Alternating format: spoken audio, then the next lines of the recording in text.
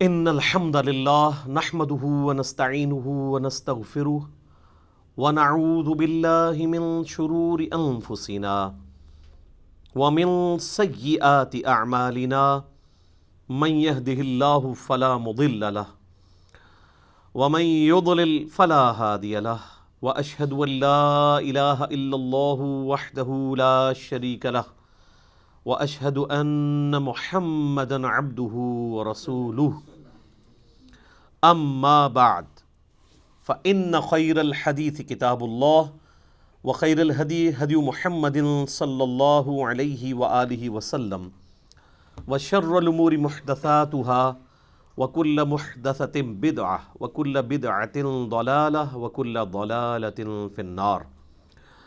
اعوذ باللہ السمیع العلیم من الشیطان الرجیم من ہمزہ ونفخہ ونفثہ بسم اللہ الرحمن الرحیم رب اشرح لی صدری ویسر لی امری واحلل عقدۃ من لسانی یفقہوا قولی۔ بسم اللہ الرحمن الرحیم ان اللہ وملائکتہ یصلون علی النبی یا ایہا الذین آمنوا صلوا علیہ وسلموا تسلیما۔ اللہم صل علی محمد وعلی آل محمد کما صلیت علی ابراہیم وعلی آل ابراہیم انک حمید مجید۔ اللہم بارک علی محمد وعلی آل محمد کما بارکت علی ابراہیم وعلی آل ابراہیم انک حمید مجید۔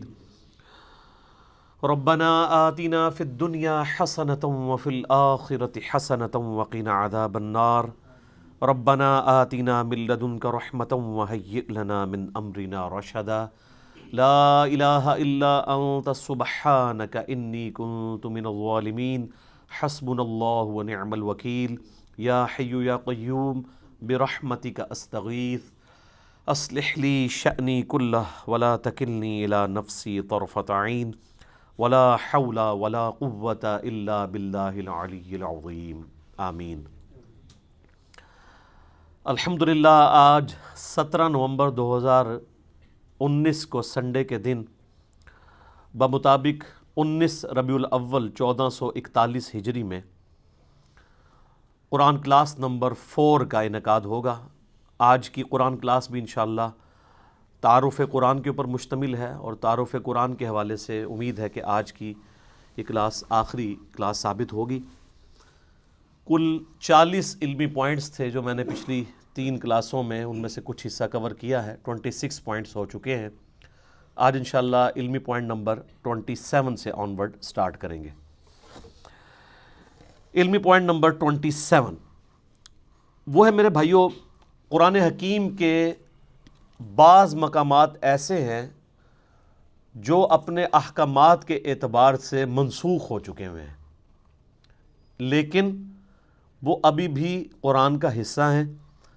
ان کی ناسخ جو آیات ہیں وہ بھی قرآن حکیم کے اندر موجود ہیں، اور یہ قرآن حکیم کی خوبی کے طور پہ اللہ تعالیٰ نے اسے بیان کیا ہے، اور اس کا ذکر ہمیں سورۃ البقرہ کی آیت نمبر 106 میں ملتا ہے۔ اعوذ باللہ من الشیطان الرجیم بسم اللہ الرحمن الرحیم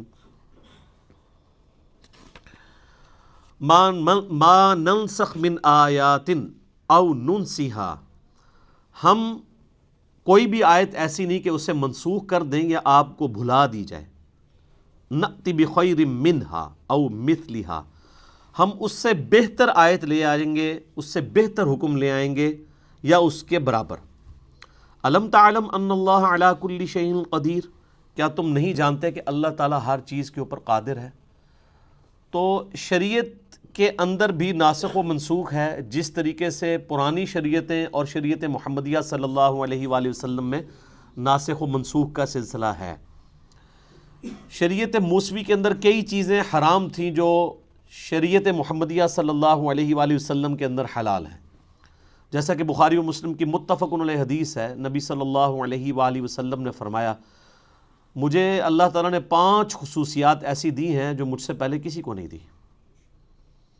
ان میں سے پہلی چیز یہ ہے کہ اللہ تعالیٰ نے مجھے پوری انسانیت کے لیے پیغمبر بنا کر بھیجا ہے۔ اگلے پیغمبروں کو اللہ تعالیٰ کسی قوم اور قبیلے کے لیے بھیجتا تھا، میری نبوت پوری انسانیت کے لیے ہے.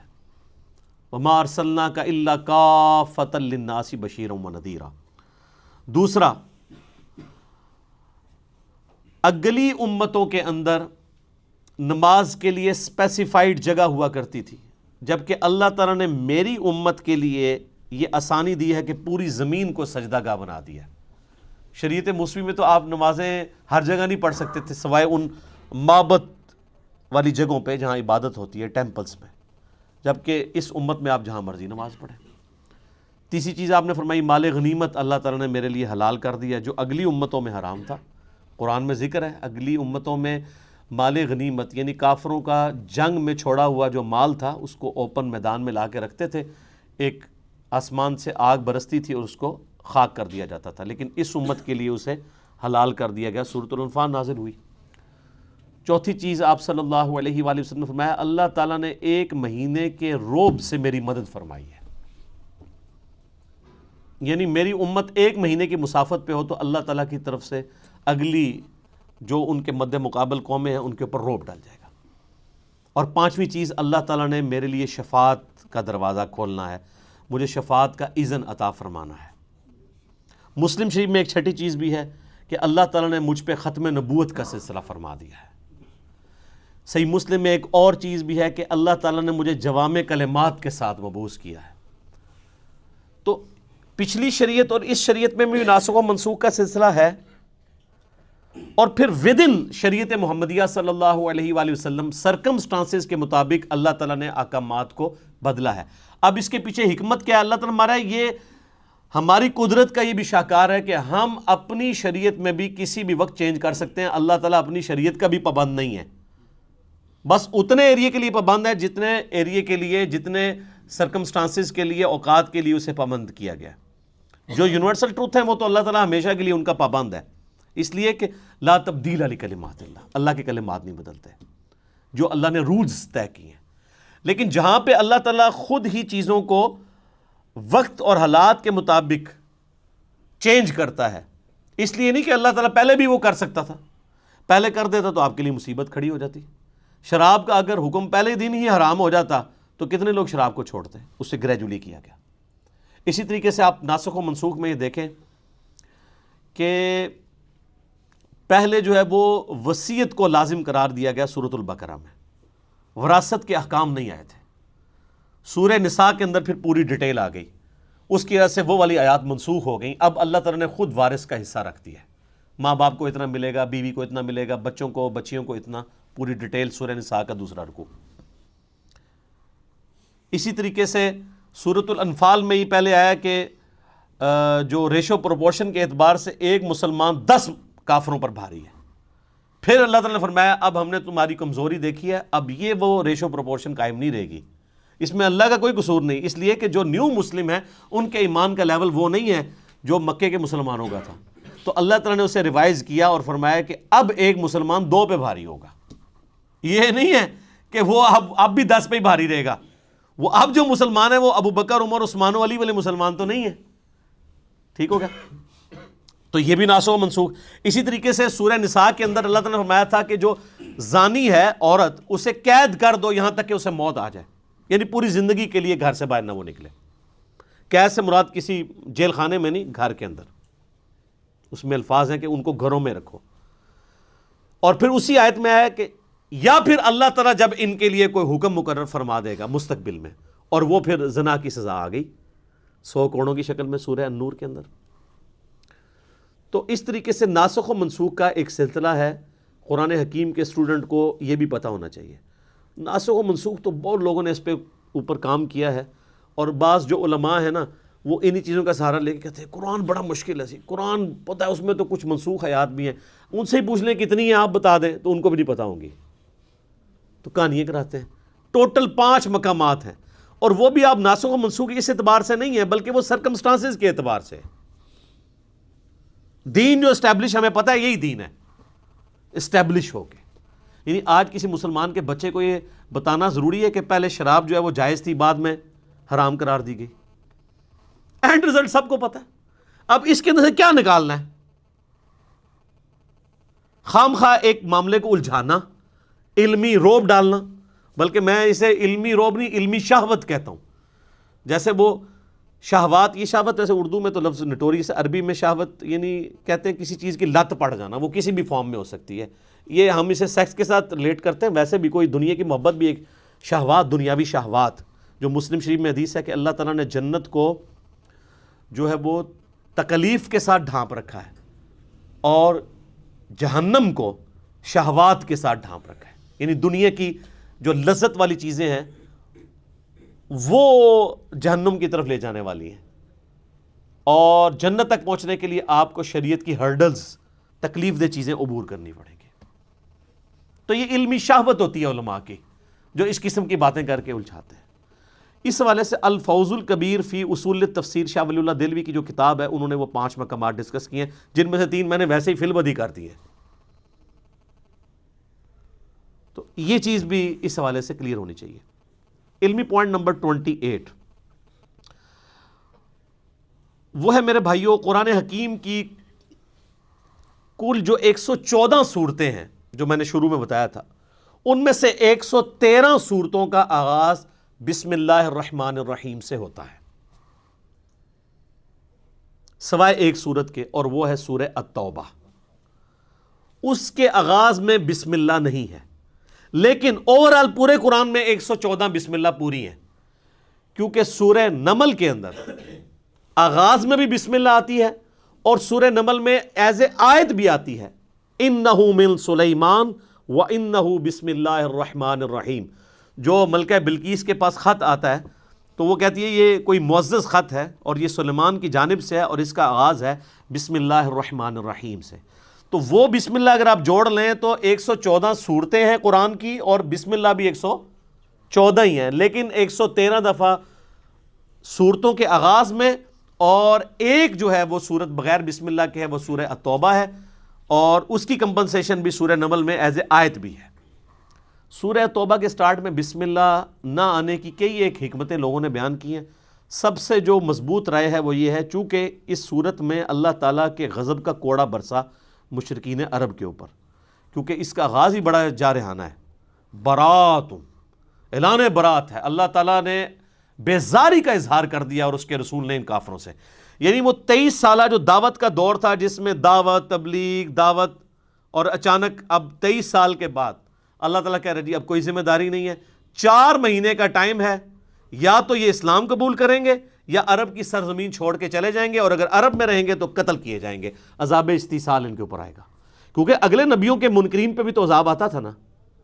قوم نوح پہ عذاب آیا نا سیلاب کی شکل میں، قوم لوط پر پتھروں کی شکل میں، قوم فرعون کو سمندر میں ڈبویا گیا. تو ہمارے نبی کے انکار کرنے پر بھی کافروں پر عذاب آنا تھا. 23 سال چھٹی دی کھلی.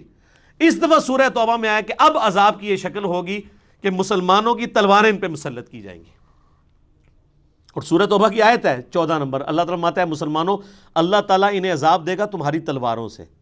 تو نبی علیہ السلام کی کیس میں عذاب استیصال بجائے چنگھاڑ اور آسمان سے پتھر برسنے یا سمندر میں غرق کرنے کی بجائے تلوار کے ذریعے کافروں پر مسلط ہوا، جس کی پہلی قسط جو ہے وہ غزوہ بدر کی شکل میں آئی، اور آخری قسط جو ہے وہ مشرکین عرب پہ غزوہ حنین کی شکل میں آئی. تو یہ نبی علیہ السلام کی خصوصیت ہے. میرا اس پہ بھی لیکچر ہے، مسئلہ 85، قرآن اور قتال ہمارے نبی علیہ السلام کی 2 خصوصیات. ہمارے نبی علیہ السلام کا معجزہ بھی اگلے انبیاء سے مختلف ہے، یعنی وہ حصی معجزہ نہیں ہے دعوی نبوت والا، بلکہ قرآن ہے. اور عذاب استیصال بھی مختلف ہے، اللہ کی طرف سے نہیں ہے بلکہ قتال اور تلوار کے ذریعے مسلط ہوا. تو چونکہ اس کا ذکر تھا، اور یہی آج کل کافر بھی کوٹ کرتا ہے جی قرآن میں دھمکی لکھی، اور دھمکی وہ ان لوگوں کے لیے، آج کے کافروں کے لیے نہیں ہے، وہ اللہ کا عذاب ہے ان پر کہ 23 سال کے بعد اب اسلام نہیں قبول کیا. تو وہ اللہ کا کرنا ہوا کہ اسلام قبول ہی کر لیے سب نے. اللہ تعالیٰ نے ان کے دل اسلام کے لیے کھول دیے، وقتی طور پہ تو ڈر کے کیا تو لقاء نے، اور اللہ نے بعد میں ایمان بھی پھر استقامت دے دی لوگوں کو. تو اس لیے سورہ توبہ میں چونکہ اللہ تعالیٰ کی جلالی صفت ڈومیننٹ ہے، غزوہ تبوک کے اعتبار سے ایون صحابہ کرام پہ بھی بڑی یعنی سخت گرفت کی گئی ہے ان صحابہ کے اوپر جنہوں نے سستی دکھائی. تو اس لیے اس کا آغاز بغیر بسم اللہ کے، اللہ کی رحمان اور رحیم کی صفت کے بغیر ہے. تو یہ 114 کا عدد پورا ہو جاتا ہے جب سورہ نمل میں وہ بسم اللہ کر دی جائے۔ علمی پوائنٹ نمبر 29 وہ ہے میرے بھائیوں، قرآن حکیم میں آیات کتنی ہیں؟ ایسے پبلک میں تو مشہور ہے جی 6666، اے بھی جھوٹ رہا ہے، کہتے گنیاں جے، کبھی گنی کسی نے کہ قرآن حکیم میں 6666 آیات ہے بھی ہیں کہ نہیں؟ قرآن حکیم میں اگر بسم اللہ الرحمن الرحیم سورت کے شروع میں جو آتا ہے اس کو چھوڑ دیا جائے اور صرف سورتوں میں آنے والی آیات کو جمع کیا جائے تو قرآن حکیم میں کل آیات کی تعداد ہے 6236۔ اور اگر بسم اللہ کو بھی شامل کر لیا جائے ایز اے آیت تو ظاہر ہے قرآن حکیم میں 113 جگہ بسم اللہ بھی ہے سورتوں کے آغاز میں۔ وہ جو 114ویں مرتبہ ہے وہ تو سورت کے اندر ہے نا، وہ ویسے ہی ٹوٹل میں شمار ہوئی ہوئی ہے، 113 اس میں ایڈ کریں تو 6349 6349 ہے، اور بغیر بسم اللہ کے کریں تو 6236 آیات۔ یہ 6666 پتہ نہیں کس نے مشہور کر دی ہوئی ہے۔ وہ کورسز میں بھی ایون آپ کے جو اسلامیات پڑھائی جاتی ہے اس میں بھی یہ لکھا ہوا ہے، تو جو اسلامیات کے ٹیچر ہیں ان کو کہے کہ یار یہ کوئی مشکل کام تو نہیں ہے، میرے نا 1-1.5 گھنٹے کی پریکٹس ہے، آپ سورتوں کے شروع میں لکھا ہوتا ہے سورت کے اندر کتنی آیات ہیں وہ جمع کر کے دیکھ لیں، تو آپ حیران ہوں گے کہ آپ کو وہ باتیں بھی جن کے بارے میں آپ کو گمان بھی نہیں تھا کہ یہ تو کم از کم ٹھیک بتائی ہوں گی، وہ بھی غلط بتائی ہوئی ہیں۔ تو ہم پھر رونا کیوں نہ روئیں؟ کوئی صحیح گل دسی ہے تو انہوں نے قرآن کی آیات تک بھی صحیح نہیں بتائیں کہ کل آیات کتنی ہیں، 6236 ہیں اگر بسم اللہ کو حصہ نہ مانا جائے سورت کا۔ اچھا قرآن کا حصہ ہے بسم اللہ، یعنی سورہ فاتحہ سے پہلے جو بسم اللہ ہے یہ لکھی جاتی ہے، مصحف کا حصہ ہے۔ اس میں اختلاف ہے کہ یہ پہلی آیت ہے یا یہ آیت کے بغیر ہے، لیکن اس پہ کوئی اختلاف نہیں ہے کہ بسم اللہ قرآن کا حصہ ہے کہ نہیں۔ 113 کی 13 بسم اللہ قرآن کا حصہ ہے، لیکن ایز اے آیت ہیں یا نہیں ہے اس کے بارے میں اختلاف ہے، اور اس اختلاف سے کوئی فرق نہیں پڑتا۔ اس کی وجہ یہ کہ مصحف تو پھر بھی بسم اللہ سے سٹارٹ ہوتا ہے اور والناس پہ ختم ہوتا ہے۔ ایون کوئی ایسے مقامات بھی قرآن حکیم میں ہیں جہاں پہ کوئی اکا دکا شاذ اقوال ملتے ہیں کہ یہ جو آیت ہے یہ ایک آیت نہیں، یہ 2 آیات ہیں، تو کوئی فرق نہیں پڑتا، اسے کوئی 2 بھی گن لے، مصحف میں جو کچھ لکھا ہے وہ تو اپنی جگہ موجود ہے نا، اس میں کوئی تبدیلی نہیں ہے۔ علمی پوائنٹ نمبر 30 نمبر، قرآن حکیم میں صورتیں عموماً جوڑوں کی شکل میں ہیں، اور یہ اللہ تعالیٰ کی سنت ہے۔ سورہ الذاریات میں ہے کہ اللہ تعالیٰ نے مخلوقات کو جوڑوں کی شکل میں پیدا کیا۔ جوڑا جو ہوتا ہے نا وہ آپ کو پتہ ہے ایک دوسرے کا ریسیپروکل ہوتا ہے، مرد ہے عورت ہے، میل فیمیل، لیکن یہ دونوں چیزیں مل کے ایک مشترکہ مقصد کو اچیو کرتے ہیں۔ جیسے مرد اور عورت دونوں کے ملاپ سے اللہ تعالیٰ نے اولاد کا سلسلہ شروع کیا۔ یہی جینڈرز والا ایشو جو ہے وہ جانوروں میں بھی ہے، ایون نباتات کے اندر بھی ہے۔ تو دونوں ایک دوسرے کے بغیر امپرفیکٹ ہیں، دونوں مل کے پرفیکٹ ہوتے ہیں۔ اس طرح قرآن حکیم میں بھی صورتیں جوڑوں کی شکل میں مل کے ایک پرفیکٹ مقصد کو اچیو کرتی ہیں، جس کی آپ کو سب سے موٹی مثال سورۃ الفلق اور سورۃ الناس ہے۔ یہ بھی جوڑا ہے۔ سورۃ الفلق ان شیاطین کے حملوں کو ڈیل کرتی ہے جو باہر سے حملہ آور ہوتے ہیں، جادو کی شکل میں، حسد کی شکل میں۔ آپ دیکھ لیں، قل اعوذ برب الفلق من شر ما خلق، ہر اس چیز کے شر سے تیری پناہ میں آتا ہوں جو تو نے پیدا کی ہے۔ ومن شر النفاثات فی العقد ومن شر حاسد اذا حسد، پھونکے مارنے والی جو جادوگرنی ہیں ان کے شر سے، اور حسد کرنے والے کے حسد سے۔ حسد کرنے سے یہ نہیں ہوتا کہ کسی کو کوئی نقصان پہنچاتا ہے، مراد یہ کہ وہ فزیکلی پھر اس حسد کا شکار ہو کے آپ کو نقصان نہ پہنچائے۔ لیکن سورۃ الناس جو ہے وہ اندر سے حملہ آور ہونے والی چیز ہے، جو داخلی چیزیں ہیں، انٹرنل چیزیں۔ یہ ایکسٹرنل چیزیں، خارجی چیزیں، اور وہ انٹرنل۔ قل اعوذ برب الناس ملک الناس الہ الناس من شر الوسواس الخناس الذی یوسوس فی صدور الناس من الجنۃ والناس۔ سورۃ البقرہ سورہ ال عمران بھی جوڑا ہے۔ سورہ البقرہ بھی سابقہ امت مسلمہ کو ڈیل کرتی ہے، لیکن وہ کون سی امت؟ یہودی۔ اور سورہ آل عمران بھی ایک سابقہ امت مسلمہ کو ڈیل کرتی ہے، عیسائی نصارہ، یہ دونوں مل کے ایک پرفیکشن کی طرف جاتے ہیں۔ سورہ النجم اور سورۃ القمر یہ بھی جوڑا ہے، چاند اور تارہ، چاند تارہ ویسے بھی جوڑا ہے، آپ کے وہ جھنڈے پہ بھی ہے نا۔ تو یہ قرآن حکیم جوڑوں کی شکل میں ہے، اور آپ کو بعض اوقات بالکل سملر آیات جو ہے وہ جوڑوں میں مختلف انداز میں صورتوں میں ملیں گی۔ ایک علیحدہ سے ٹاپک ہے، اور اس کی ڈسکوری جو ہے نا امت میں پہلی دفعہ کی ہے حمید الدین فراہی صاحب نے رحمہ اللہ تعالی، جو غامدی صاحب کے بھی اور ڈاکٹر اسرار صاحب کے بھی دادا استاد ہیں، امین احسن اصلاحی صاحب کے استاد۔ اب یہ آپ چیز دیکھیں، یہ وہ چیز ہے جو امت میں پہلے 1300 سال کے مسلمانوں کے اوپر اس طرح اشکار نہیں ہوئی، اگرچہ اشارے موجود تھے۔ یار جب ابو داؤد میں، ترمذی میں، ابن ماجہ میں حدیثیں موجود ہیں معوذتین کے بارے میں، دو پناہ دینے والی صورتیں، اسی طریقے سے مسلم شریف میں حدیث ہے کہ سورہ آل عمران اور سورہ بقرہ جو ہیں یہ دو پرندوں کی شکل میں، صاحبان کی شکل میں قیامت والے دن سایہ کریں گی، تو اشارے تو موجود تھے، لیکن اس طرف کسی کا دماغ نہیں گیا کہ یہ واقعی جوڑے ہیں، پھر ان کا ایک مقصد اچیو ہوتا ہے۔ وہ پوری کی پوری ایک جو سمجھ لیں آپ پوری ڈاکٹرائن ہے نا، وہ اس بندے نے ڈسکور کی ہے، اور اس بندے نے بھی کمال کام کیا ہے جی۔ وہ بندہ قرآن کو سمجھنے کے لیے 40 سال تک ایک خیمے میں اس نے زندگی گزاری ہے، جا کے بالکل ریگستانی ایریا میں اسی طریقے کے مطابق جن حالات و واقعات میں قرآن نازل ہوا تھا، تاکہ وہ عرب کے لوگوں کے کلچر کو سمجھ سکے اور ان فیلنگز کو فیل کر سکے۔ پھر اللہ نے دیکھے کیسی چیزیں ان کے اوپر کھولی ہیں۔ ان کو آج یعنی اس حوالے سے قرآن کے نظم، اس کو نظم کہا جاتا ہے قرآن کا، اس کا امام مانا جاتا ہے، حالانکہ کوئی پرانے بزرگ نہیں ہیں، بمشکل 100 سال ہوئے ان کو فوت ہوئے۔ ڈاکٹر اسرار صاحب نے بھی اس حوالے سے جو تعارف قرآن کے اپنے لیکچر ہیں بیان القرآن میں، اس میں بڑی ڈیٹیل سے وہ بولے ہیں، اور انہوں نے ایمانداری کی ہے کہ ان کا نام لیا ہے، اس ڈسکوری کو اپنے ساتھ منسوب نہیں کیا۔ یہ بڑی بے ایمانی ہوتی ہے کہ آپ کسی دوسرے شخص کی ڈسکوری کا لیبل جو ہے وہ مطلب اپنا لگا کے اس سودے کو بیچنا شروع کریں۔ تو میں نے بھی اس لیے ایمانداری کی کہ یہ میری کوئی ڈسکوری نہیں ہے، کہ کوئی یہ نہ کہہ جی علی بھائی نے کیا کمال کر دیا، جس نے کیا اسی کی طرح منسوب کر رہے ہیں۔ اور اللہ تعالیٰ ان کی غلطیوں سے درگزر فرمائے، ان کو نیک کاموں کا اجر عطا فرمائے، آمین۔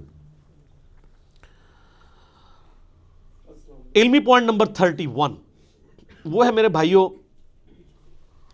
قرآن حکیم کی اگر سب ڈویژن کی جائے تو قرآن حکیم میں کل 7 منازل ہیں جو صحابہ کرام کے دور میں اسٹیبلش ہو چکی تھی، کیونکہ صحابہ کرام علیہم رضوان کے دور میں یہ اسٹیبلش تھا کہ قرآن حکیم وہ ایک مصحف کو 7 دن کے اندر مکمل کرتے تھے۔ ترمذی میں حدیث ہے جس نے 3 دن سے کم میں قرآن ختم کیا اس نے قرآن کا حق ادا نہیں کیا۔ یہ ان کو کہا جا رہا ہے جن کو عربی آتی ہے، اور جو کہتے ہیں ہمارے بزرگ ایک رات میں پورا قرآن ختم کرتے ہیں تو وہ کیڑا ثواب کھٹتے رہنے، آپ سمجھ لو۔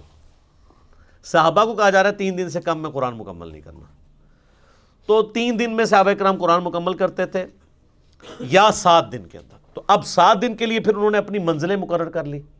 یہ منزل کا لفظ آپ بھی آج کل وہ بزرگوں کے وظائف کی کتابیں بھی ہیں نا، وہ منزلیں لکھتے ہیں، ٹھیک ہے، وہ کہتے ہیں تصوف کی اتنی منزلیں طے کر لی ہیں، لفظ قرآن سے ہی پکڑا ہوا ہے۔ صحابہ کرام کے دور میں یہ اسٹیبلش ہو گیا تھا کہ جس نے 7 دن کے اندر قرآن ختم کرنا ہے نا، اس کے لیے انہوں نے ثانی کر کے نا ایکولی ڈیوائڈ کر کے، آلموسٹ ایکولی ڈیوائڈ کیا، 100% نہیں۔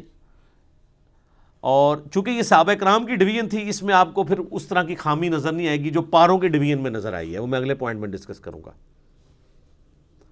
اگر سورہ فاتحہ کو آپ قرآن کا مقدمہ مان لیں، پریفیس ہے نا ظاہر ہے، تو پہلی منزل کے اندر 3 صورتیں ہیں، دوسری میں 5، تیسری میں 7، چوتھی میں 9، پانچویں میں 11، چھٹی میں 13۔ دیکھیں کتنی زبردست ایونلی چل رہا ہے، اور 7ویں میں 65 صورتیں ہیں، وہ بھی 13 کا ملٹیپل ہے، 13 کو 5 سے ضرب دیں تو 65۔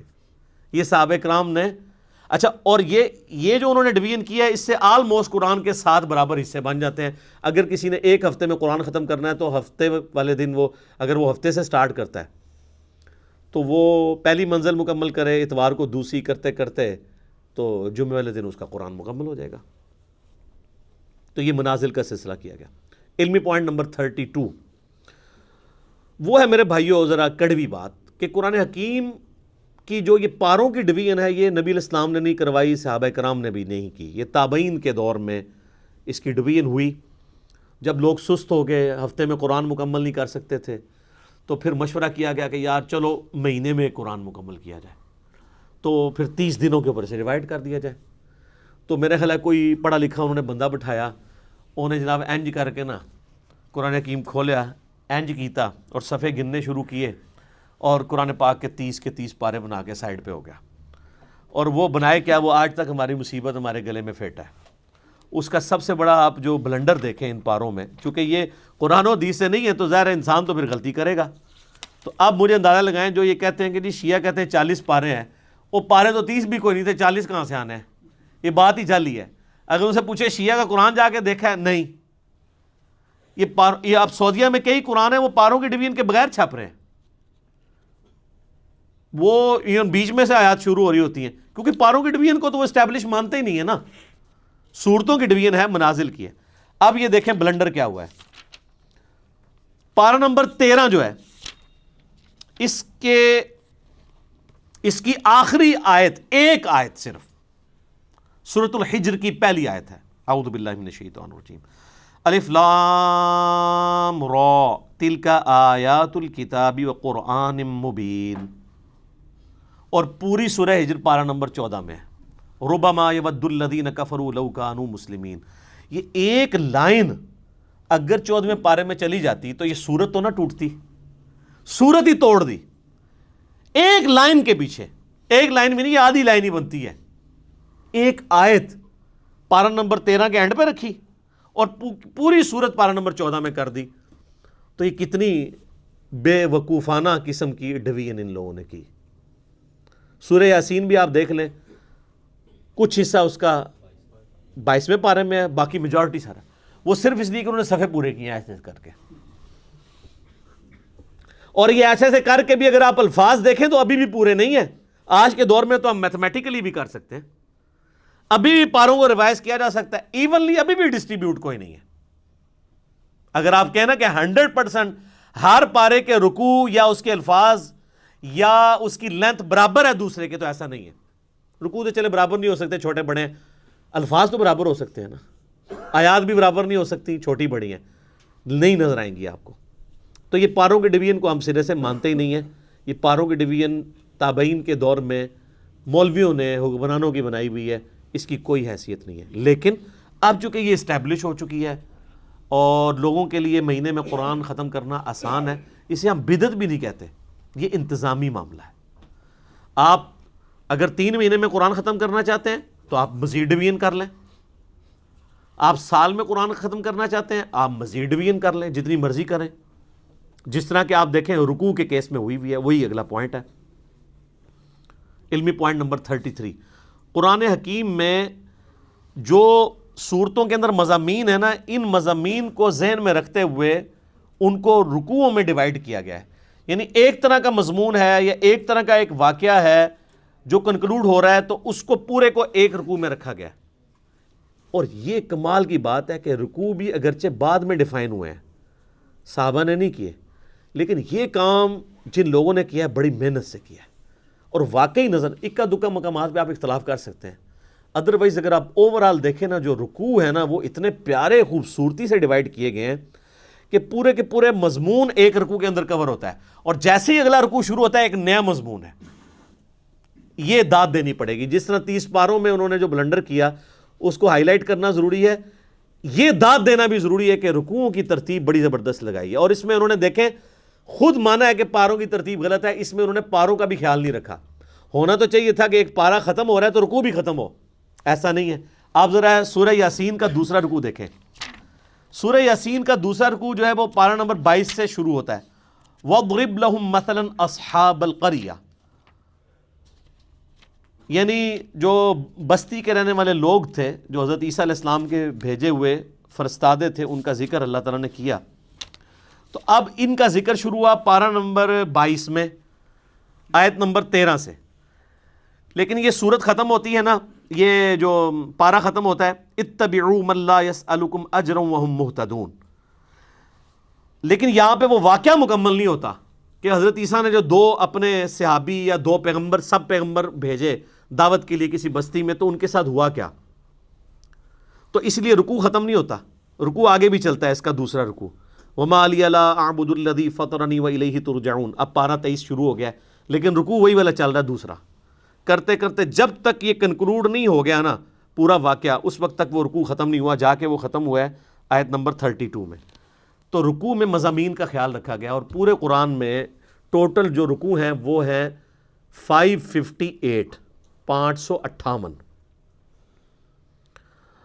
اور سجدوں کو بھی اسی میں ڈسکس کر لیں۔ قرآن حکیم میں 15 مقامات ایسے ہیں جن میں سجدے بھی ہیں، وہ آیات سجدہ ہیں، نبی علیہ السلام کی سنت ہے وہاں پہ سجدہ کرنا، واجب نہیں ہے، کیونکہ بخاری میں حدیث موجود ہے کہ نبی علیہ السلام نے کئی دفعہ وہ آیات تلاوت کی اور سجدہ نہیں کیا، اور حضرت عمر نے بھی نہیں کیا۔ صحیح بخاری میں حضرت عمر نہ کر کے بتاتے تھے کہ ہم اس لیے نہیں کر رہے تاکہ تمہیں پتہ چلے کہ یہ واجب نہیں ہے۔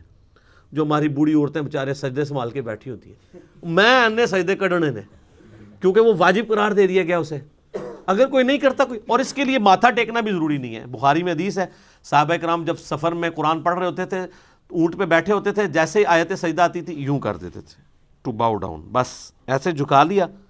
یہاں پہ بھی جب آیات سجدہ آتی ہیں، 9 سال میں ہم نے قرآن مکمل کیا ہے تو کبھی نیچے اتر کے نہیں کیا، ہمیشہ میں یہیں پہ یوں کرتا ہوں، باقی لوگ بھی بیٹھے بیٹھے کر لیتے ہیں۔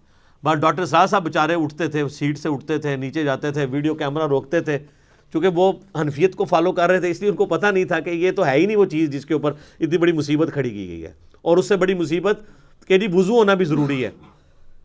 تو اس میں میرا کلپ بھی تھا کہ اب پاکستانی ٹیم کے نکاح ٹوٹ چکے ہیں، کیونکہ حنفیوں کے نزدیک اگر آپ بغیر وضو کے سجدہ کریں گے تو یہ اللہ کی توہین ہے، اور اللہ کی توہین کفر ہے، اور کفر سے نکاح بھی ٹوٹ جائے گا، بیعت بھی ٹوٹ جائے گی۔ تو فقہ حنفی کے مطابق پاکستانی ٹیم کے جیتنے کے اوپر اور سینچریاں مارنے پہ جتنے وہ سجدہ شکر ہیں وہ سارے بغیر وضو کے ہیں، وہ سب کے نکاح ٹوٹ چکے ہیں۔ لیکن پریشان نہیں ہونا کہ علمی کتابی ہو جائیں اور بخاری مسلم کو فالو کریں، پھر کوئی نہیں ٹوٹیں گے۔ اب یہ نہ ہو کہ اس مسئلے میں فالو کریں اور باقی نماز جو ہے وہ آپ حنفی طریقے پہ پڑھتے رہیں، نماز بھی کتاب و سنت کے طریقے پہ پڑھیں۔ تو یہ 15 سجدے ہیں، 14 کے اوپر تو سارے متفق ہیں۔ میں نے اس کے اوپر پورا ایک لیکچر دیا ہے، مسئلہ نمبر 119، وہ 15 کے 15 سجدے بتائے ہیں کون سے ہیں، پھر ان کے اوپر پوری انٹلیکچوئل ڈسکشن کی ہے 8 حدیث کی روشنی میں، اور اس میں نے بتایا تھا کہ سورہ حج کی یہ خصوصیت ہے کہ اس میں 2 سجدے ہیں، ایک بالکل اینڈ پہ جا کے آتا ہے جس کے اوپر نہ قرآن حکیم میں لکھا ہوتا ہے سجدہ، تو لکھا ہوتا ہے ان دا شافعی، ٹھیک ہے، یہ شافعی سجدہ ہے، جیسے سنی درود، شیعہ درود، ٹھیک ہے، ایک سنی بکرا شیعہ بکرا، سنی مچھلی شیعہ مچھلی۔ ہاں قربانی کے دنوں میں چونکہ شیعہ جو ہے وہ خسی جانور کی قربانی کے قائل نہیں ہے، تو وہ ان کے جو نان خسی جانور ہیں وہ شیعہ منڈی میں بکتے ہیں، اور مچھلی میں بھی اسی طرح ان کا اختلاف ہے کہ جو چھلکوں والی مچھلی ہے وہ کھائی جائے گی، جو بالکل پلین ہوتی ہے وہ نہیں کھائی جائے گی۔ تو اس طرح قرآن کے سجدے بھی جو ہے نا وہ فرقہ واریت کی نظر ہوئے، تو وہ امام شافعی۔ ہم پہلے یہ پوچھتے ہیں کہ امام شافعی پہ کوئی وحی نازل ہوئی تھی؟ امام شافعی سے پہلے جو 200 سال کے مسلمان ہیں ان کے نزدیک سورہ حج کا سجدہ ہے تھا یا نہیں تھا؟ ایک سمپل سوال ہے۔ امام شافعی تو پیدا ہوئے 150 ہجری میں، فوت ہوئے ہیں 204 ہجری میں۔ امام شافعی کی پیدائش سے پہلے 150 سال کے جو مسلمان ہیں وہ کیا سجدہ کرتے تھے؟ وہ آپ حدیثیں اٹھا کے دیکھ لیں، جامع ترمذی میں، ابو داؤد میں، مسند احمد میں، کہ سورہ حج کی فوقیت ہے 2 سجدوں کی وجہ سے۔ تو احادیث میں تو 15 ہی سجدے تھے، اور امام شافعی کا موقف یہ ٹھیک ہے، یہ امام شافعی کا سجدہ نہیں ہے، یہ احادیث کا سجدہ، اور حدیثیں تو امام شافعی کے ابا اور دادا اور پردادا کی بھی پیدائش سے پہلے کی ہیں۔ تو سورہ حج میں 2 سجدے، وہ بلکہ وہ بیان القرآن میں جب ڈاکٹر اسرار صاحب یہاں ان آیات پہ پہنچے نا تو نیچے سے کسی نے واد ہی سجدہ ہے، انہوں نے کہا نہیں امام شافعی اللہ سجدہ ہے، ٹھیک ہے، لیکن وقت کے ساتھ انہوں نے لرن کیا ہے، مطلب وہ سیکھ گئے تھے کئی چیزیں۔ میری جو ان سے ملاقات ان کی وفات سے آلموسٹ 2 سال پہلے ہوئی، 14 اپریل 2010 کو وہ فوت ہوئے نا، تو میری 2008 کے اندر ملاقات ہوئی، میں ان کے جنازے میں بھی شریک رہا، تو انہوں نے ان کیمرہ مجھ سے بہت ساری باتیں کی تھی، آن کیمرہ نہیں، ان کیمرہ۔ میں کیمرہ لے گیا تھا، میں نے کہا سر میں نے آپ کی باتیں ریکارڈ کرنی ہے یادگار کے طور پہ، تو انہوں نے کہا پھر میں تو کھل کے بات نہیں کروں گا، اب آپ نے کھل کے بات سننی ہے یا ریکارڈنگ کرنی؟ میں کہا جی ستیہ ناس ریکارڈنگ دا، میں نے ڈائریکٹ کرو۔ تو اس میں انہوں نے کئی ایک باتیں کی اس حوالے سے، جس سے مجھے یہ پتہ چلا کہ ان کو آخری عمر میں کئی ایک باتیں کلیئر ہو چکی تھی جو ان کو اپنی زندگی میں، جن کے اوپر وہ چیزوں کے اوپر چلتے رہے، جس میں انہوں نے ٹاپ آف دا لسٹ یہ بات کی تھی کہ نماز کا طریقہ وہی ہے جس طریقے سے اہل حدیث نماز پڑھتے ہیں، یہ حنفیوں کا طریقہ ٹھیک نہیں ہے۔ لیکن خود وہ رفع الیدین سے نماز پڑھتے بھی تھے، نہیں بھی پڑھتے تھے، لیکن موقف ان کا یہ تھا۔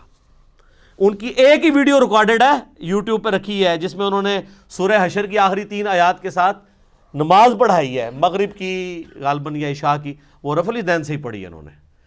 میرے ساتھ کھڑے ہو کے انہوں نے 3 نمازیں پڑھی ہیں، تو جمعے کی، عصر کی اور مغرب کی، مئی 2008 میں۔ تو انہوں نے سنت کے مطابق نماز پڑھی، رکوع میں جاتے وقت، رکوع سے اٹھتے وقت رفع الیدین کیا، الحمدللہ۔ علمی پوائنٹ نمبر 34 وہ ہے میرے بھائیوں، قرآن حکیم فلسفے یا سائنس کی کتاب نہیں ہے، بلکہ یہ کتاب ہے ہدایت انسانی کی۔ اگرچہ اس میں سائنٹیفک فیکٹ سے ریلیٹڈ 1000 سے زیادہ آیات ہیں، لیکن ان فزیکل فینامنا آف نیچر یا التذکیر بآلاء اللہ کے ذریعے اللہ کا تعارف کروایا گیا۔ مقصد سائنٹیفک فیکٹس بیان کرنا نہیں ہے۔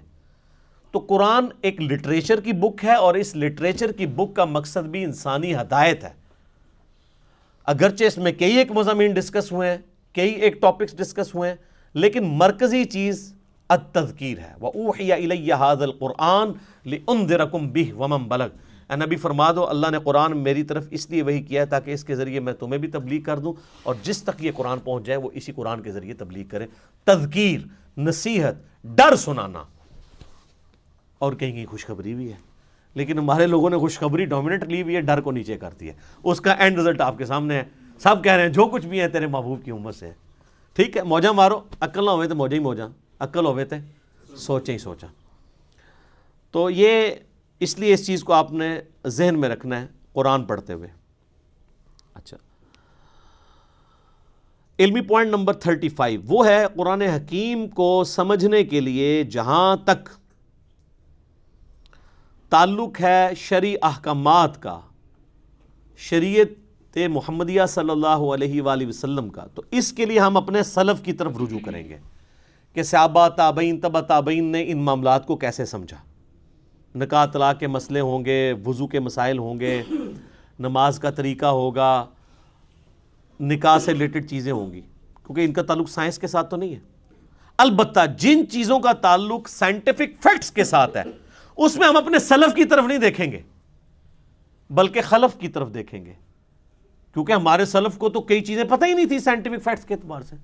میں بتا رہا امام غزالی نے کہ میاں سعادت میں لکھا ہے کہ سورج جو ہے وہ زمین سے 5 گنا بڑا ہے، 60 گنا بڑا، مختلف اقوال ہیں۔ آج ہمارے بچے کو بھی پتا ہے کہ 60 گنا نہیں ہے، 6000 گنا بھی نہیں ہے، 6 لاکھ گنا بھی نہیں، 13 لاکھ گنا بڑا ہے سورج۔ تو ہمارے بزرگوں کو نہ علم غیب تھا نہ علم سائنس تھا، اس لیے اتنی بڑی بڑی غلطیاں ان سے ہوئی۔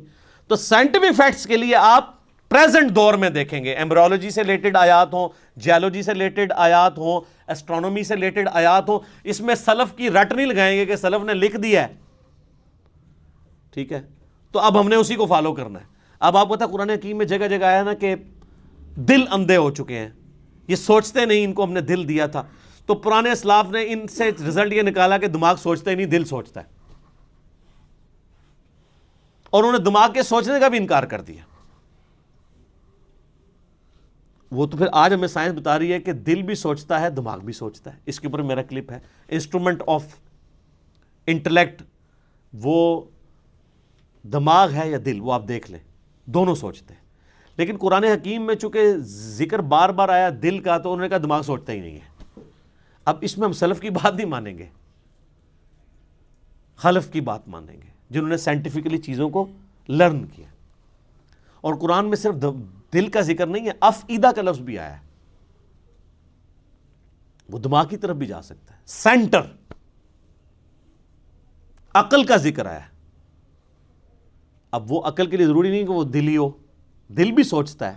یہ بھی علیحدہ بات ہے کہ یہ بھی اب ریسنٹ ڈسکوری ہے، یوٹیوب پہ اس کے حوالے سے ویڈیوز بھی موجود ہیں۔ پہلے لوگ دل کے سوچنے کو نہیں مانتے تھے، چونکہ قرآن لٹریچر کی بک ہے اس لیے قرآن دل کا ذکر ڈومینیٹ کرتی ہے. ایک سائنٹسٹ ہے جس کو پتا ہے کہ دماغ سوچتا ہے، وہ کبھی نہیں کہے گا کہ آج میرا دماغ کر رہا ہے کہ میں بریانی کھاؤں، وہ بھی کہے گا میرا دل کر رہا ہے آج بریانی کھاؤں، کیونکہ لٹریچر کی زبان میں دل کا لفظ ہی بولا جاتا ہے.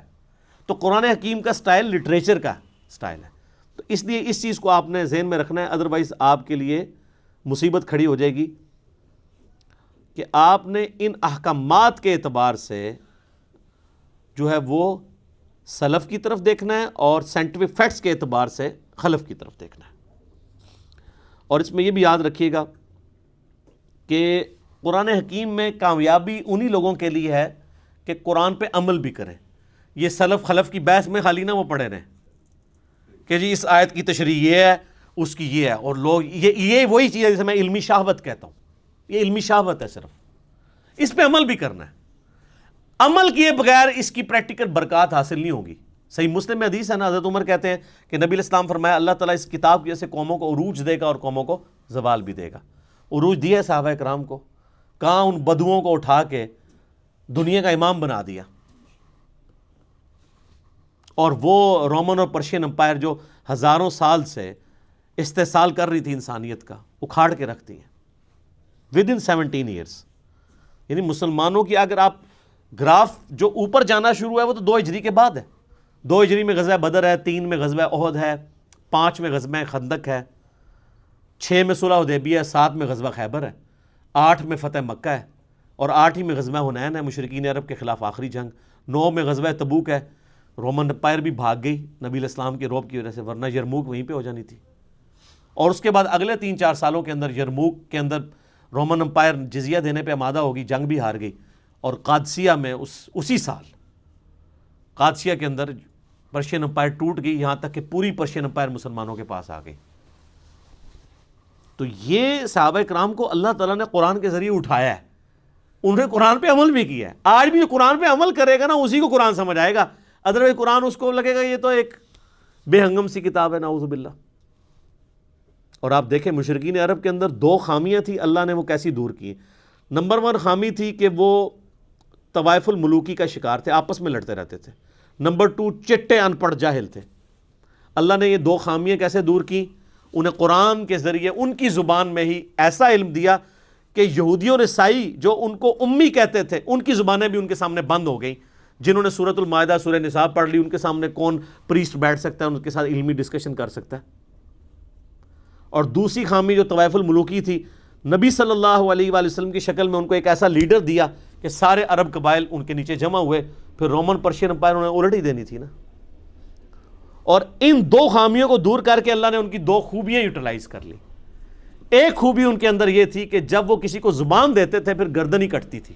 بیعت کا مطلب تھا کہ اب بس اس کے ساتھ بیعت کر لی، اب جو بھی یہ کہے گا ماننا ہے، چاہے جان بھی دینی پڑے. ابو جہل نے دی ہے نا، کفر کے لیے ہی دی ہے، لیکن زبان پہ قائم رہا ہے، اس کے ماننے والے بھی قائم رہے. یہ تو یہودی تھے جو کمزور ایمان والے تھے نا، ان کو پھر اللہ نے اٹھایا بھی تو نہیں. 10 یہودی بھی مسلمان نہیں ہوئے. اوس اور خزرج نے اسلام قبول کیا نا، عربیوں نے، چٹے ان پڑھوں نے. تو اللہ نے ان کی یہ جو خوبی تھی. اور دوسرا یہ عرب کے لوگ ٹف ماحول کے عادی تھے. رومن اور پرشین امپائر تو اپنے آپ کو سپر پاور کنکلوڈ کر چکے تھے، انہوں نے سوچے نہیں تھا ہمیں کوئی چیلنج بھی کر سکتا ہے.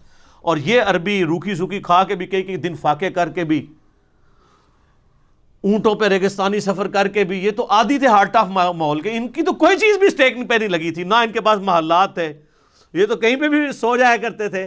ٹھیک ہے، خود بھی پتے کھا کے گزارا کر لیتے تھے. تو ایسے لوگ جن کے لیے دنیا میں کوئی لگژریس لائف نہیں تھی، یہ ان کی بہت بڑی خوبی تھی. تو یہ جب ٹکرائے ہیں تو انہی کا اسلحہ ان سے چھین کے ان کو الٹ کے رکھ دیا انہوں نے. اور پھر ایسی داغ بیٹھی ہے کہ وہ جو شروع کی محنت ہے 1000 سال تک پھر سر دنیا پہ حکمرانی کی ہے نا مسلمانوں نے، سپر پاور رہے ہیں. آج کہتے ہیں جی جناب وہ ہم حکمران تھے پھر کیا ہو گیا. تو جو تھے وہ زمانے میں معزز تھے مسلمان ہو کر، اور تم خار ہوئے تارک قرآن ہو کر. یہ مسلم کی حدیث کا ترجمہ کیا ہے ڈاکٹر اقبال نے جواب شکوہ میں، جو صحیح مسلم میں حدیث ہے اللہ تعالیٰ اس کتاب کی وجہ سے قوموں کو عروج دے گا اور اس کتاب کی وجہ سے قوموں کو زوال دے گا. اسی کو ٹرانسلیٹ کیا ہے. تو یہ بات یاد رکھو. مجھے ڈاکٹر سرار صاحب کی بات بار بار یاد آتی ہے، انہوں نے تعارف قرآن میں بھی یہ بات کی تھی کہ جو قرآن کی اس دعوت کے اوپر عمل نہیں کرے گا نا، اسے کبھی بھی قرآن کا اتار چڑھاؤ، قرآن کا مزاج سمجھ نہیں آئے گا، کیونکہ آپ ان کیفیتوں سے گزریں گے ہی نہیں۔ قرآن والی کیفیتوں سے آپ کب گزریں گے؟ جب آپ معاشرے سے ٹکرائیں گے۔ قرآن کہہ رہا ہے یہ کرو، معاشرہ کہہ رہا ہے یہ کرو، تو آپ کو معاشرے کی تیکھی باتیں سننی پڑیں گی، اس کی وجہ سے آپ کی تطہیر ہوگی، اللہ کے لیے آپ کو صبر کرنا پڑے گا، ہو سکتا ہے کبھی کبھار گالیاں کھانی پڑیں اور کبھی تک مار تک بھی نوبت آ جائے۔ جب تک یہ نوبت نہیں آئے گی تو وتواصوا بالحق اور وتواصوا بالصبر کیسے آپ کو سمجھ آئے گا؟ میٹھی میٹھی باتیں کرنے سے، میلاد کانفرنسز کرنے سے، محرم کی شیرنی بانٹنے سے، محفل میلاد کرنے سے، محفل قرآن کرنے سے، تلاوت کے محفل قرات کروانے سے اور نعتیہ مقابلے کروانے سے تو کوئی فرق نہیں پڑتا۔ فرق تو اس وقت پڑے گا جب آپ سود کے خلاف بولیں گے، فرق تو اس وقت پڑے گا جب آپ جو ہے ناچ گانے کے خلاف بولیں گے، بے پردگی کے خلاف بولیں گے، بے حیائی کے خلاف بولیں گے، اور آپ یہ کہیں گے کہ بابوں کا دین اور ہے اور کتابوں کا دین اور ہے۔ کتابیں تو یہ بتا رہی تھی، ہمارے بزرگ ہمیں کیا بتا کے گئے ہیں؟ ہر چیز غلط نکلی ہے۔ آج لوگوں کی داڑھیاں سفید ہو گئی ہیں، وہ کہتے ہیں او یار پوری زندگی کہاں گزار دی، اب پتہ چلا دین یہ تھا۔ یہ ہمیں کیا لوگ دین سکھاتے رہے ہمارے بزرگ بابے؟ تو یہ ساری کی ساری کیفیات، ان تکلیفوں سے جب بندہ گزرے گا پھر وہ کندن بنے گا، اور اس کے لیے قرآن پہ عمل کرنا ضروری ہے۔ ادر قرآن میں آپ کے لیے کوئی ہدایت نہیں ہے، یہ بھی ایک لٹریچر کی کتاب ہے، جس طرح باقی سٹوری بک ہیں، آپ پڑھ کے سائڈ پہ ہو جائیں۔ جب یہ وہ کتاب ہے جو آپ پہ اثر اس وقت چھوڑے گی، آپ کو اللہ تک اس وقت پہنچائے گی جب آپ اس کتاب پہ عمل کریں گے۔ وہی بڑا مشکل کام ہے، کتاب پہ عمل کرنا تو میرے بھائی یہ تو پولیس رات پہ چلنے کے مترادف ہے۔ پولیس راہ سے تو ایک دفعہ گزرنا پڑنا ہے، اس کتاب پہ عمل کرنے والے کو تو روزانہ پولیس راہ سے گزرنا پڑتا ہے۔ کبھی معاشرہ آڑے آتا ہے، کبھی ماں باپ آڑے آتے ہیں، کبھی بیوی بچے آڑے آتے ہیں، کبھی دنیاوی منفعت آڑے آتی ہے، کبھی ایک پورا سسٹم، آپ بالکل اس میں اکیلا اپنے آپ کو فیل کرتے ہیں۔ اب ہمارے بھائی جب یعنی قرآن و سنت پہ عمل کرتے ہیں، وہ کہتے ہیں ہمیں لگتا ہے معاشرے سے کٹ کے، تو میں کہتا ہوں یار شکر ادا کرو، انگلی کٹا کے شہیدوں میں شامل ہو گئے۔ اب صحابہ کرام کو یاد کرو، اہل بیت کو یاد کرو، جن کو غزوہ بدر میں اس لیول پہ آنا پڑا کہ ایک طرف باپ کھڑا ہے تو دوسری طرف بیٹا کھڑا ہوا ہے۔ آپ پہ یہ نوبت تو نہیں آئی کہ اللہ نے آپ کو یہ آزمایا ہو کہ آپ مسلمانوں کی طرف سے اپنے باپ کو مارنے کے لیے غزوہ بدر میں اتر آؤ، تو تم تو اس قابل ہی نہیں تھے۔ ویسے تم لاکھ کہتے رہو کہ تیرے ہوتے جنم لیا ہوتا، کچھ بھی نہیں سی ہونا، رفع دین پھر بھی نہیں سی تو شروع کرنا، ٹھیک ہے، تیرے ہوتے جنم لیا ہوتا، لازم کہتے رہو، آپ کوئی فرق نہیں پڑتا۔ سر وہ بڑا مشکل وقت تھا، بڑی تکلیف دہ چیزیں تھیں اس کے اندر۔ سیدنا حذیفہ ابن یمان کی حدیث میں بار بار یاد کرتا ہوں، اس کو آپ پلے باندھ لیں، صحیح مسلم میں جہاد والے چیپٹر میں۔ ان کے پاس کچھ لوگ آتے ہیں اور کہتے ہیں حضرت کتنے خوش نصیب ہیں آپ، رسول اللہ کی صحبت کی صلی اللہ علیہ وآلہ وسلم، آپ کی زیارت کی، کاش ہم بھی آپ کا زمانہ پاتے ہیں، حضور کے ساتھ مل کے جہاد کرتے، ٹھیک ہے۔ جس طرح آج کل لوگ کہتے ہیں کبھی تیرے تلووں سے لپٹ جاتا، کبھی کچھ کرتا، وہ جو حسن نثار صاحب نے پوری ایک نعت لکھی ہوئی ہے۔ باقی حسن نثار صاحب کا جو کردار ہے وہ آپ سب لوگوں کے سامنے ہے، مجھے اس کو ہائی لائٹ کرنے کی ضرورت نہیں ہے۔ وہ جو نعت لکھ رہے ہیں وہ ان کے اپنے اوپر نظر آ رہی ہے، وہ خود فیصلہ کر لیں۔ نعت لکھنا بہت آسان ہے، یہ ہے وہ جو دین بہت آسان ہے، اس پہ چلنا مشکل ہے۔ تو صحیح مسلم کے الفاظ ہیں، حذیفہ ابن یمان کہتے ہیں یہ اتنا آسان کام نہیں، اتنے بڑے بڑے دعوے نہ کرو، نعتہ نہ لکھو، آج دے دور ایڈی مشکل نعتہ نہ لکھو۔ ان کا میں تمہیں ایک واقعہ صرف اپنی زندگی کا سناتا ہوں، اور یہ مسلم شریف ہے سر، مولانا شریف نہیں ہے، بزرگ شریف نہیں، کہانی شریف نہیں ہے، مسلم شریف ہے۔ حذیفہ نام لکھیں آپ، حذیفہ لکھیں اور خندق لکھیں، یہ دو لفظ لکھیں، اسلام 360 میں کھل جائے گا۔ نمبر نہ منگیا کرو، اللہ جو بندے ہو تھوڑا جا آپ بھی کوئی کام کرو۔ 5ویں کلاس کے بچے کو اسلام 360 دے دینا، 5 منٹ بعد میں اس کو کہوں گا وہ حدیث ڈھونڈ دے گا، ایڈے وڈے ٹگے نہیں۔ آپ یونیک لفظ لکھیں، میں بول رہا ہوں حذیفہ ابن یمان غزوہ خندق کا موقع، آپ حذیفہ لکھیں، خندق لکھیں، تو اسلام 360 حافظہ اللہ تعالیٰ آپ کو حدیث کھول دے گا۔ مسلم شریف سلیکٹ کر لیں، مسلم شریف بھی نہ سلیکٹ کریں، حدیث کی کتابیں کریں، وہ خود ہی بتائے گا یہ حدیث کہاں پہ ہے۔ چلو، تو حذیفہ ابن یمان کہتے ہیں رضی اللہ تعالیٰ عنہ، نبی علیہ السلام نے ایک سخت سردیوں کی رات میں، جب کہ آپ کو پتہ ہے غزوہ احزاب کے موقع پہ کتنا مشکل وقت تھا، خندق کھودی ہوئی ہے، اس طرف کافر بیٹھے ہیں، اس طرف مسلمان بیٹھے ہوئے ہیں، سخت سردی ہے، بڑا ٹف ماحول ہے۔ نبی علیہ السلام نے کہا کون ہے جو اٹھے اور جا کے کافروں کی جاسوسی کرے اور جنت میں اپنے نبی کا پڑوس حاصل کر لے. ہائے ہائے ہائے ہائے, یہ سارے نعتوں لے کہتے ہیں میکرو ہو جڑا سی اینج کر کے.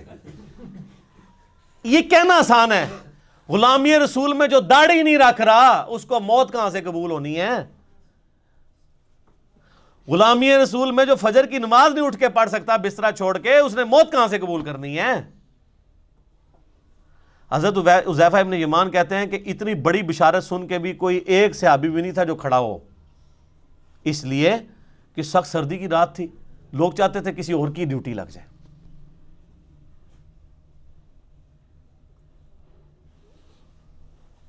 اب کیا ہوا؟ نبی علیہ السلام نے دوسری دفعہ فرمایا, کون ہے جو رات کے وقت جا کے کافروں کی جاسوسی کرے اور جنت میں اپنے نبی کا پڑوس حاصل کر لے؟ کائنات میں سب سے بڑی کوئی چیز یہی ہو سکتی ہے نا. اس سے بڑی صرف ایک چیز ہے کہ اللہ تعالیٰ کسی کو پیغمبر بنا دے. پیغمبر بننے کے بعد اگر دوسرے نمبر پہ کوئی فضیلت ہے تو جنت میں ہمیشہ کا پڑوس پیغمبروں کا. یہی ہے نا, یہی ہم اللہ سے مانگتے ہیں کہ اللہ تعالیٰ ہمیں بقیہ غرقت میں مدفن اور جنت الفردوس میں اپنے محبوب صلی اللہ علیہ وآلہ وسلم کا پڑوس عطا فرمائے, آمین. حضرت حذیفہ کہتے ہیں دوسری بار بھی کوئی نہیں کھڑا ہوا, تیسری دفعہ بھی کوئی نہیں کھڑا ہوا, چوتھی دفعہ نبی علیہ السلام فرمایا حذیفہ. آپ کہتے ہیں میں نے دل میں کہا لو جی مارے کے, اب تو جانا ہی پڑے گا, میری ڈیوٹی لگی, کیونکہ اب تو بائی نیم حکم آ گیا نا.